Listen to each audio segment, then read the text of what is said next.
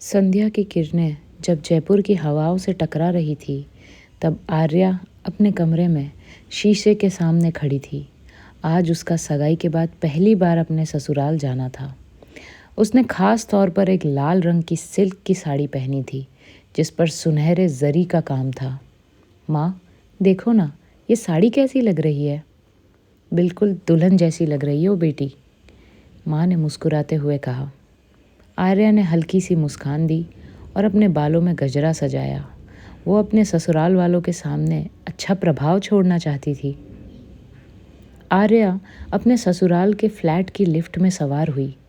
जैसे ही लिफ्ट ने चलना शुरू किया, अचानक एक झटका लगा और लिफ्ट रुक गई। आर्या घबरा गई। उसने इमरजेंसी बटन दबाया, लेकिन कोई प्रतिक्रिया नहीं मिली। हे भगवान, अब क्या करूं? तभी लिफ्ट ने अचानक से चलना शुरू किया, लेकिन झटके के साथ। इसी दौरान उसकी साड़ी का पल्लू लिफ्ट के दरवाजे में फंस गया। लिफ्ट के चलते ही साड़ी खिंचने लगी और कुछ ही पलों में उसका पूरा पल्लू फट गया। लिफ्ट जब ग्राउंड फ्लोर पर पहुंची तो दरवाज़ा खुलते ही आर्या की हालत बेहद ख़राब थी। उसकी साड़ी का पल्लू पूरी तरह से फटा हुआ था और वो बेहद असहज महसूस कर रही थी। ऐसे में उसने सोचा कि वो अपने घर भी नहीं जा सकती थी, इसलिए अंदर जाकर अपनी सास या अपनी ननद की मदद ले लेगी। जैसे ही वो ससुराल के अंदर पहुंची, वहाँ पहले से ही मेहमान इकट्ठा थे। सभी की निगाहें उस पर टिक गई। अरे बहू, ये क्या हाल बना रखा है? सास ने तीखे स्वर में कहा। माँ जी, लिफ्ट में। बहाना मत बनाओ, ये तो शुरू से ही ढीठ लगती थी मुझे, एक चाची ने टिप्पणी की। शर्म भी नहीं आती, ऐसे कपड़ों में चली आई।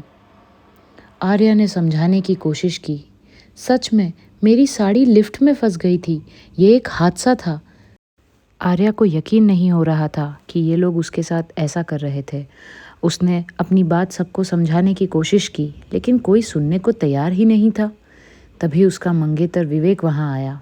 विवेक को देखकर आर्या को थोड़ा सुकून मिला, लेकिन जब उसने आर्या की हालत देखी तो गुस्से में बोला, ये क्या बेहुदी हरकत है आर्या, तुम्हें ज़रा भी शर्म नहीं आई? विवेक, तुम तो मेरी बात सुनो, ये एक एक्सीडेंट था। बस करो, अब मुझे समझ में आ गया है कि तुम कैसी हो। आर्या स्तब्ध रह गई। जिस व्यक्ति से वो प्यार करती थी, उसने भी उसका साथ नहीं दिया। आर्या ने खुद को संभाला, वहाँ से बाहर निकली।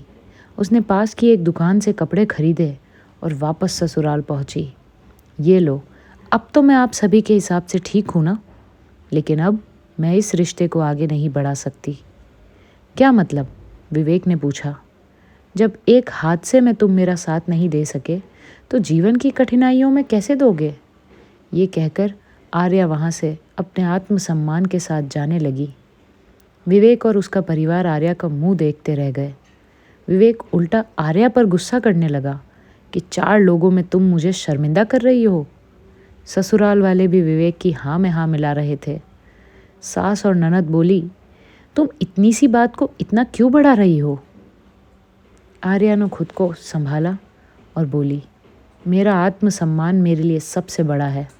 आज इतनी सी बात में आप लोगों ने मेरा साथ नहीं दिया, उल्टा मुझे शर्मिंदा किया। न जाने आप लोग और क्या क्या करते हैं।